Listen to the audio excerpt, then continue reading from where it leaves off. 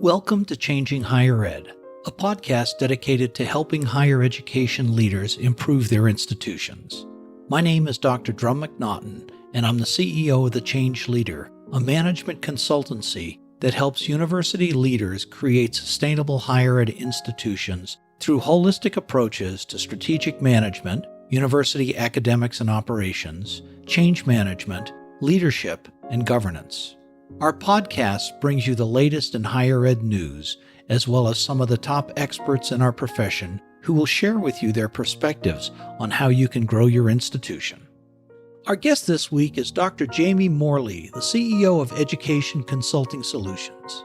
Jamie began her career in post-secondary education as an allied health faculty member in 1992 and has served as program director, dean, executive director, vice president, and chief academic officer in a variety of higher ed institutions, including privately held through publicly traded.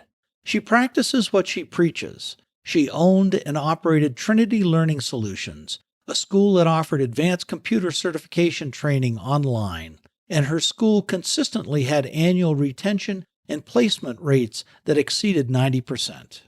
Over the years, Jamie's become an expert on assessment and accreditation, and will share with us from the college and university president's perspective why assessment is critical in today's environment and how to get the most out of it to improve your institution. Jamie, good morning. Great to have you on the show. Well, thank you. I'm glad to be here. Yeah, I've been looking forward to having you on the show. You are such an expert when it comes to assessment, which is going to be our topic for today.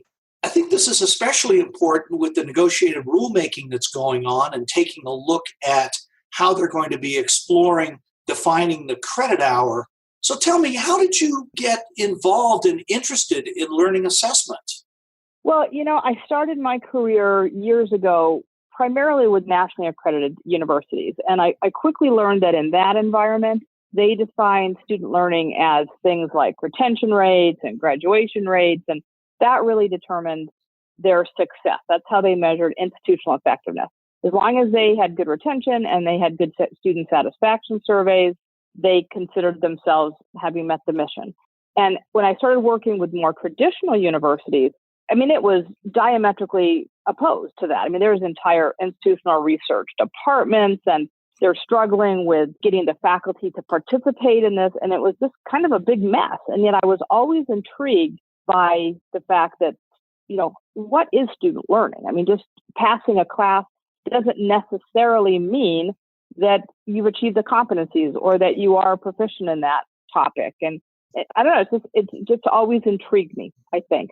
And so I found myself working with the various schools, both nationally and regionally accredited, and really helping them make their process attainable and much, much more simpler, much more cost effective. And it's just kind of an intriguing challenge to go onto a campus and help them with that. And that's a great lead into why is it so important to assess the learning outcomes, and give us an example of how you've helped an organization make that transition. Faculty are always, I shouldn't say always, but are generally, especially those in face-to-face environment, are generally very reticent to learning outcomes except by their examination. So if you could give us an example, that'd be great. Sure. It's interesting because you can't open a newspaper these days or a podcast, as far as that goes. You cannot do that without seeing some controversy on a campus. Campuses really have evolved into this kind of a microcosm of society. And it's really the traditional students, they go there. You have some schools that are known as party schools. You have some that are known as the Ivy League schools. And yet at the very heart of it all is that we're supposed to be educating these students. And so faculty have a responsibility to actually teach in the classroom what it is the students are supposed to be learning. So I always look at it and I say, when I see a catalog or I see a syllabus, that to me is a contract with the student. And so faculty need to be teaching those things that are in there and not going off on these wild tangents. And so a lot of times faculty, they don't want to do that. They want complete and utter freedom to teach anything they possibly want, whether it's on topic or not. And so I think what you're saying is, to them, if they give an exam and the exam relates to whatever the topic of the course was, they have met their obligation. And really, it doesn't. So, one example is, let's say you have a class and the class says, we're going to assess 50% of your grade is going to be based on exams and homework, and 50% is going to be based on your participation in the class, you contributing to the class. Well, if you think about that, if a student could fail almost every single exam and still pass the class. So a course grade in and of itself doesn't assess learning because there's so many other components to that grade. So we have to find a way, and we don't know. I mean, the teacher could have had 5 or 6 extra credit questions about whatever happened on the weekend or current events or something that has nothing to do with the course. And so what institutional research and outcomes assessment does is it maps exactly what are the outcomes, what are the learning objectives of the course to the assessment, and make sure that there's a marriage there somehow. So it kind of keeps the teacher in line, what information they're giving out.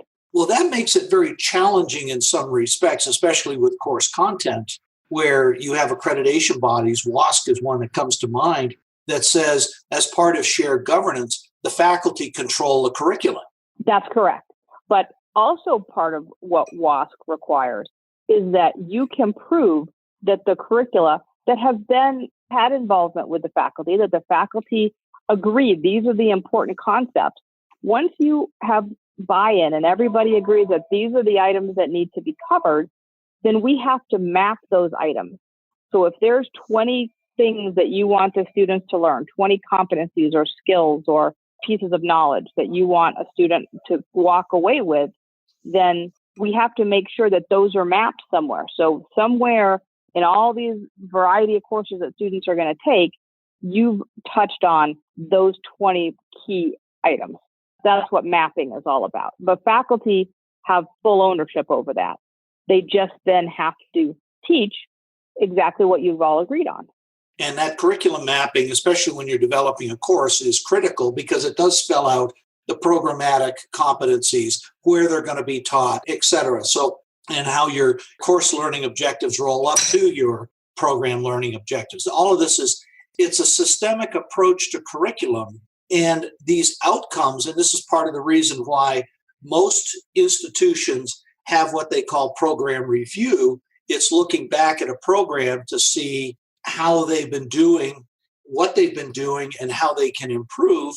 And at the same time, these outcomes and the results from the program review, many institutions, although they're supposed to, they don't roll those up into their annual planning processes to be able to make changes. Any thoughts on that? Yeah, that's actually the saddest part of this equation, because they invest so much time and so much money into the institutional planning process.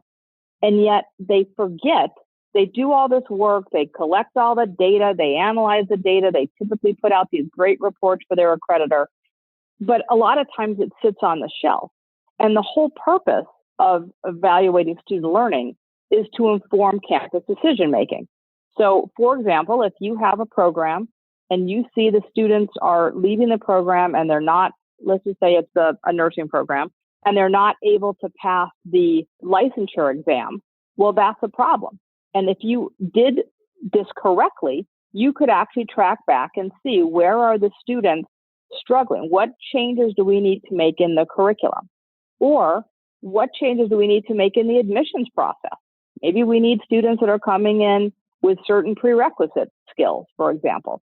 So it impacts finance. Maybe you need some newer equipment that models what is actually out there in the real world.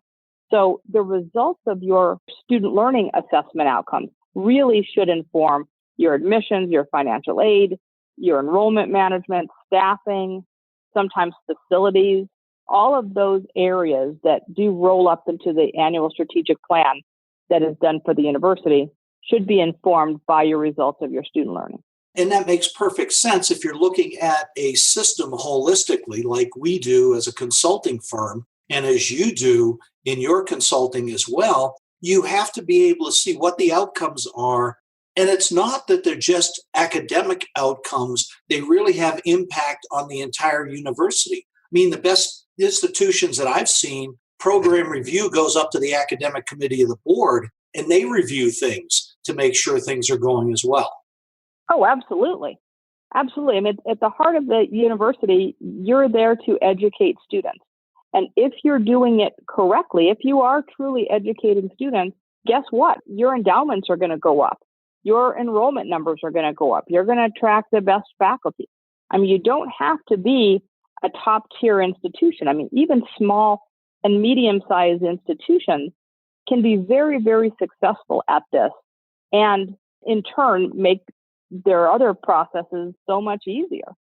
I mean, you can inform these decision making and you can save money by focusing your efforts on the areas that you really need it. Which makes perfect sense if you look at a university as a holistic entity whose job is to prepare students for life as well as a job coming out of there. Yeah, I think one of the biggest trends that has impacted this is that the majority of students are no longer the 18-year-old that are coming directly out of high school. And so what they're looking for is different now because you've got these middle-aged folks, you got career changers that are coming through. There's a lot more, I think females now make up the majority of college students. You have people going for higher degrees and distance education. So when you take all of that into consideration, you're looking at a different experience, not only for what the student expects, but for what the employers expect on the other end. Absolutely true, which kind of brings us an interesting conundrum, the learning effectiveness of on-the-ground versus distance education, and how do you assess outcomes for each of those? I'm sure you have a few thoughts on that.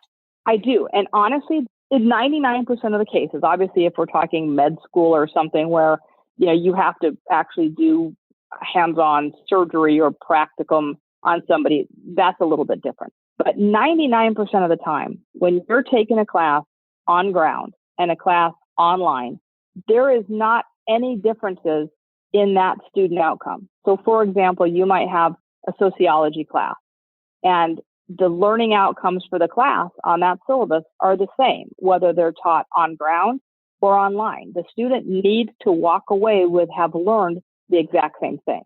So it's really not that complicated. You basically, what I tell universities is you have to make sure that the way that you're planning on assessing that outcomes or those student outcomes, whether it's at the student learning outcome level or the program learning outcome level, needs to be identical. And the easiest way to do that is by what we call the artifact method, which means during your mapping, you make sure that you have some assignment, whether it's an on-ground assignment or an online assignment, that matches exactly what the learning outcome of that course says. So on your syllabus, you've got objectives. One of your objective statements, you make sure that that's a quiz question or an exam question or an essay. And that way, when you go to the board or you go to your accreditor, you can prove it doesn't matter whether the student's taking it on ground or online. The quality is exactly the same and the outcomes of the class are exactly the same. Which makes perfect sense and kind of leads us to the next question is competency-based education versus the normal credit hour-based education. How do you assess the differences between the two? So the Department of Education, this is really important, and this is one of the things that's being discussed within NEGRED right now up in Washington. The Department of Education says that a credit is a credit is a credit is a credit. So every single credit needs to account for the exact same amount of what we would call student effort. So for example, a semester credit it takes 15 lecture hours to earn 1 credit. According to what we call the Carnegie unit, for every hour of lecture, a student has to do 2 hours of homework. So all in all, you're talking 45 student hours of effort, including homework and in-campus activity, to equate to 1 credit hour. So if you think about what competency is, the big controversy right now is if we're going to award student financial aid, you're going to allow colleges to draw down student aid based on competency. They want to make sure everyone's getting their same bang for the buck. So that credit hour money versus that competency money is the same right now. So how can you make sure that when you're assessing competencies, you can verify that the student has done 45 hours of effort, be it life effort, work effort, some effort where they gained this knowledge.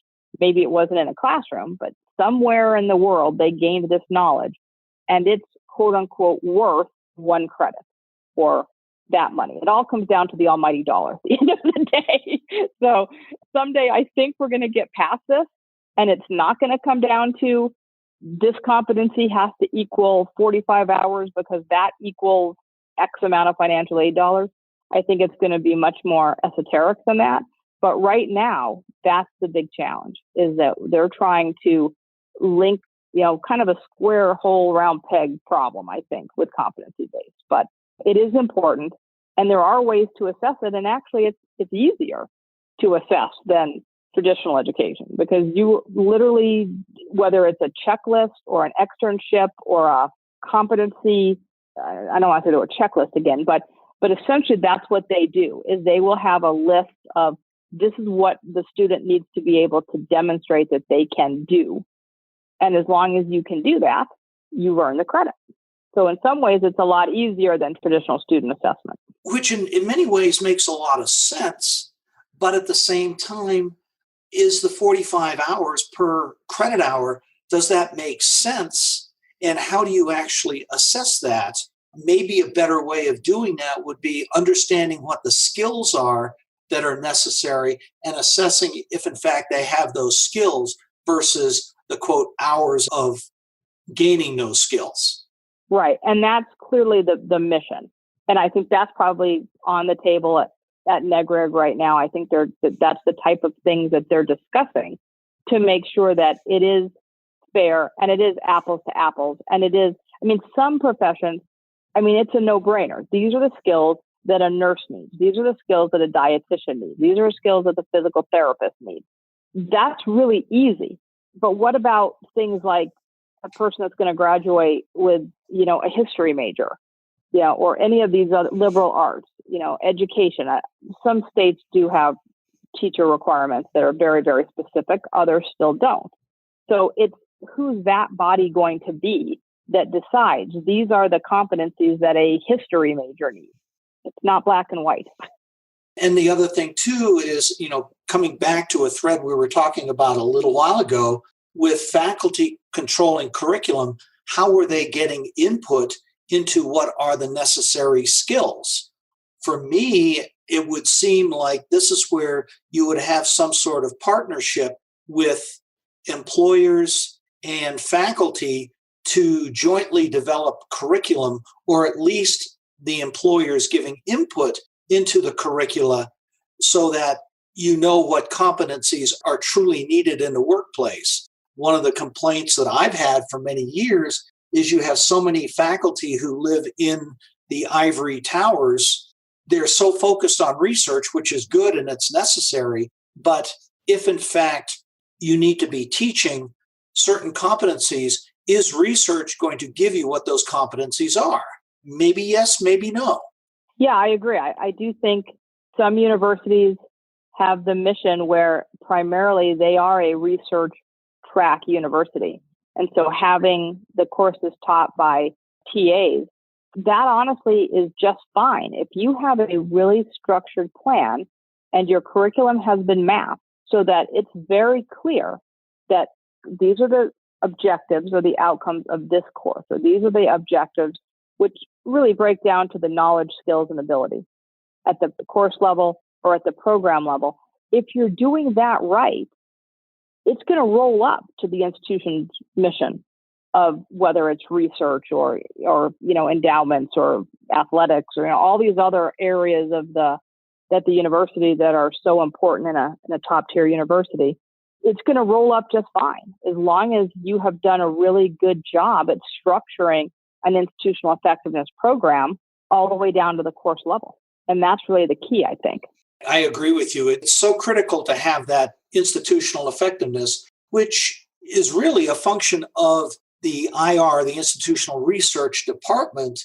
but there's many institutions out there, especially smaller and medium size, which don't have an IR department. So what do you do in that case? So again, an IR department is really nice because they don't just look at student learning. They also look at overall institutional effectiveness. Now, the things that we talked about, they do all the surveys.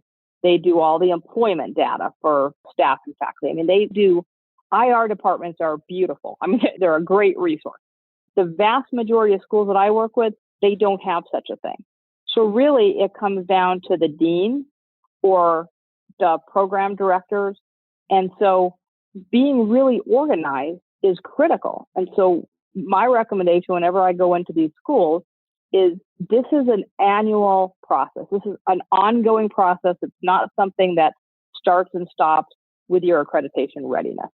So I like to set everybody up on a nice schedule where this quarter, you guys as a faculty in each department are going to decide or verify or reaffirm that this is what you want the students to learn. And there's always tweaking.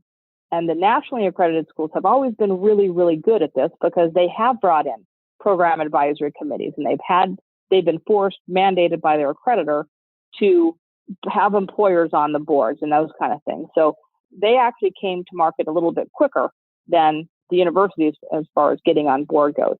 But once you've decided I always say the first quarter of the year, this is what we're assessing, then the second quarter is everyone's looking at their syllabi and they're saying, where are these competencies or where are these objectives found in our curriculum? Can we actually prove that these are somewhere? Yes. Okay, great. If no, well, we do some meetings and we work on that a little bit. Then the third quarter, we actually gather the data. So in the second quarter, we're actually going to determine what is the assessment item. Do we have a quiz? Do we have a test? Do we have an essay? What actual document that we're grading contains that outcome? And there can be more than one. For my smaller, medium-sized colleges, I always say, let's just start with one and do it really, really well. So in the third quarter, they're going to start gathering the results from all of those, what we call artifacts, and they stick it somewhere. We have a nice shared folder. And then the last quarter of the year, typically it's the deans or the program directors that will write up a report about it. And then that goes to the board. So really, I always like to say, if you're doing it right, you're not talking more than an hour or two a week. Maybe 5 man-hours a week, 6 man-hours a week. When it comes to the later part of the year, it's not that complicated and it's not that cumbersome. And the result, what it can get your institution, because you see glaring holes. If every other faculty member that's teaching this competency, this class that has this competency, the students are getting A's and this guy over here is getting F's or D's or low marks. Wow, maybe we have a faculty training issue that we need to look at. Or if it shows holes. It's funny because I had an institution that 2 of the main goals of it was a dietetic program were taught at this class. The only time the class was offered was from 7 to 9 at night. And it turns out that was the weak link. And it had nothing to do with the faculty. It had to do with the fact that students weren't coming to class. And so they naturally were not doing as well. And it was a time of the class thing. I mean, so, silly little things. But it can also inform hiring decisions and training decisions and equipment and facility utilization. I mean, really, especially for the smaller and medium-sized institutions, it's going to make your weak areas, it's going to bring them front and center and help you probably more than the larger universities that have tons of resources. Which makes perfect sense. What you're talking about is a holistic perspective that needs to come down from the senior executives and, in fact, the board as to how the programs are actually working, because not only do these things come up, the example you talked about, a scheduling issue with one of the key competencies in a dietetics program or a dietitian's program, but also, too, how your institution is functioning. This relates into enrollment, it relates into retention, and all the other key metrics that end up going into an institution being sustainable. Yeah, one of the things that is also kind of sad, especially in the smaller universities and a lot of the nationally accredited universities, is there is a difference between what we call direct assessment items and indirect assessment items. And schools are really comfortable with the indirect items. And those are things like surveys. We survey students and we survey graduates and we survey employers of graduates and we survey the community about the benefits that the university is bringing. So we're really good at indirect data. Direct data is the part that scares them. And that's because it ties into exact evidence. And so that's, again, where you have to make sure that is the item that you're using to assess student learning, is it a valid instrument? If you have 6 different teachers teaching the exact same class, and we're using one of those outcomes as one of our student learning assessment items, how do we know that they are all grading it the same way? That's a big issue. Sounds kind of, who cares? But really, it's critical, because if you have student or faculty that are very lenient in their grading, you're not going to be assessing appropriately. And your accreditor, actually, they want to know that you have normed, that's the special word, that you've normed whatever instruments you're using. And the best way to do that, and it's very, very simple, is to use a rubric. So that's one of the first things I do when I go to school. I say, show me your grading rubric. And my smaller schools, they look at me like I've got 2 heads. And I said, it's not all that complicated. Let's create one. If you're not using one, what's the most important part of this assignment? Let's gradiate it between what you'd expect for A work and C work, for example, and let's create a rubric. And the way that we typically will norm a rubric is we would give an assignment and we give a rubric to someone that knows nothing about it. I always have them swap departments. So the English department is going to grade reports that a student did from the mathematics department, for example. And a rubric should be so simple to use that anybody on the planet would get very, very similar results, even if they don't know the subject matter. That's how you know if you got a good rubric. And if you have good rubrics in place and you've done a good mapping, you're going to have a great student learning outcomes assessment plan. And that makes perfect sense, especially when I look at it, say, from a Six Sigma perspective. With Six Sigma, you're looking to bring down the error rates. With a good rubric, you're doing the same thing. And if you're not measuring the right things, your Six Sigma data is going to be out to lunch. That's correct. Yep, exactly right. So that's really where it starts. It starts with a good mapping and some good rubrics. And, you do got to invest a little bit of money into your faculty training on this subject. I know hard for a lot of the smaller institutions that want their teachers to be focused on, research or a lot of classroom time. They don't have a lot of release time to do curriculum things. But even if you look at it as a continual process on campus, where there's various activities that have to happen every quarter, it doesn't take a lot of time. But investing a little bit of training to the faculty in the beginning is just going to make the rest of the year just go so much more smoothly.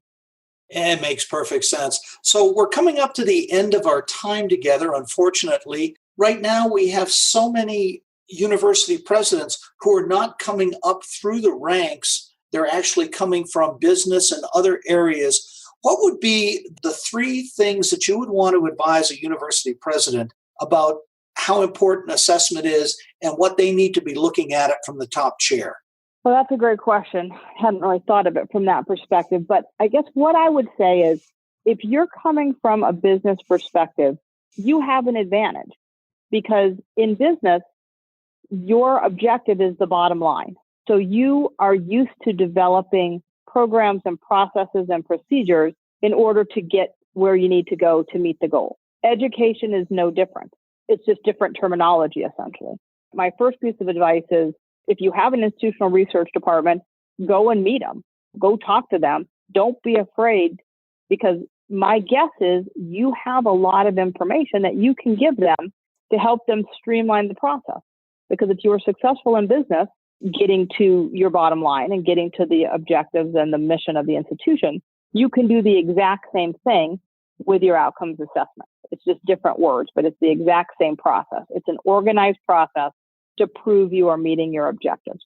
So I guess that would be my first one. My second recommendation would be to make sure that you've read your previous reports.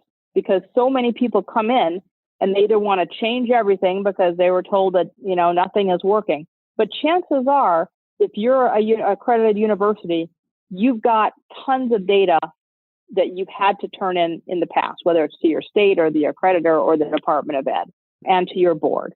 Especially larger universities, you'll have entire institutional effectiveness reports. You'll have the data. I would look at that stuff as a starting place. And if you're coming from a new frame of mind, from a business perspective, chances are you're going to see some immediate holes and immediate places where you can improve. And I guess for my third recommendation, I would say you got into higher ed for some reason, which is probably a love of students and a desire to, whether it's change the world through education or change individual families or communities through education. I would say don't forget to walk around. Walk around. Always keep in the front of your mind that you should be there for the students. And being there for the students, as much fun as it is to give them water slides and really good football games and, dorm parties and all that great thing. It truly does come back down to you are the person in charge to make sure that student is learning so they can eventually go off and be a productive member of society. So walk around, talk to students, talk to faculty, and don't be a stranger. Great advice for these new presidents coming in. I would add a couple of things to that. I would look at the overall assessment process and how is that data being used. That's, to me, one of those critical things that you've got data. How are you using it? You alluded to that in part. But the other thing, too, is working with the board and making sure the board sees the data. And lastly, making sure that you've got, and you alluded to this earlier, actually, you talked directly about it, is what is that assessment cycle that you have established at the institution, and how do you use the information that you get? If you can plan it out, it's just like General Electric, GE, had their annual corporate plan. It was an annual plan. They did the same things every year at the same time. It may be a little bit different as what the outcomes were, but you have this strategic management plan that you use. Institutions of higher learning should have the same things. Yeah, that's exactly right. That's good advice. So what's next for Jamie Morley? That is a great question. We've got, there's been a lot of changes going on in the accreditation space. And so one of the things that we do is spend a lot of time with schools that are either working through the process, getting a new accreditor. We deal with new institutions, or we help schools to innovate, in the distance ed arena. So got some travel coming up with some schools on the Midwest and always the West Coast and California a lot, and just trying to help them navigate this process. That's great. I know I was looking at the golf tournament this week that was being held out in Torrey Pines. The temperature is 75 and they're in shirt sleeve. And here we are in Albuquerque, and today's temperature when I was out earlier was 27. So I was like, yeah, there's advantages to living in California, that's for sure. Well, yeah, but it's funny because I've got lots of clients in Chicago, and right now they have wind chill of minus 40. So I think us in New Mexico, we can't whine too much because they're suffering. They are suffering. That's a whole nother topic for another day is instituting your emergency plan on campus. But it's not easy. 40-degree wind chill is definitely an emergency. You shut everything up. Yeah, not good. Yeah. So, Jamie, thanks for being with us. It's been great having you on the show, and look forward to the next time. Thanks for listening this week, and a special thank you to this week's special guest, Jamie Morley. Jamie, thanks for being on the show. It's always a pleasure. Our next guest is Dr. Susan Aldridge, president of Drexel University Online. Susan has had a long and illustrious career in higher ed and will share with us some of the ways she's grown every institution she's been at, as well as how to put in sophisticated analytic systems in place for measuring quality, service, and student success that result in increased enrollments and retention rates. You don't want to miss this one, folks. If you like this podcast, please take a minute to subscribe to the show. And if you're listening on the Apple Podcast app, would you please take a moment to give us a rating and review? You can find out more information and show notes at changinghighered.com. And if you have guests and/or other topics you'd like to hear about, please email us at podcast@changinghighered.com to let us know. Remember, Creating sustainable higher ed institutions requires three things: taking a holistic view of your institution, aligning strategies, structures, and processes, and ensuring stakeholders are attuned to where you're going. Without any of those three things, you won't get your institution where you want it to go. Until next time.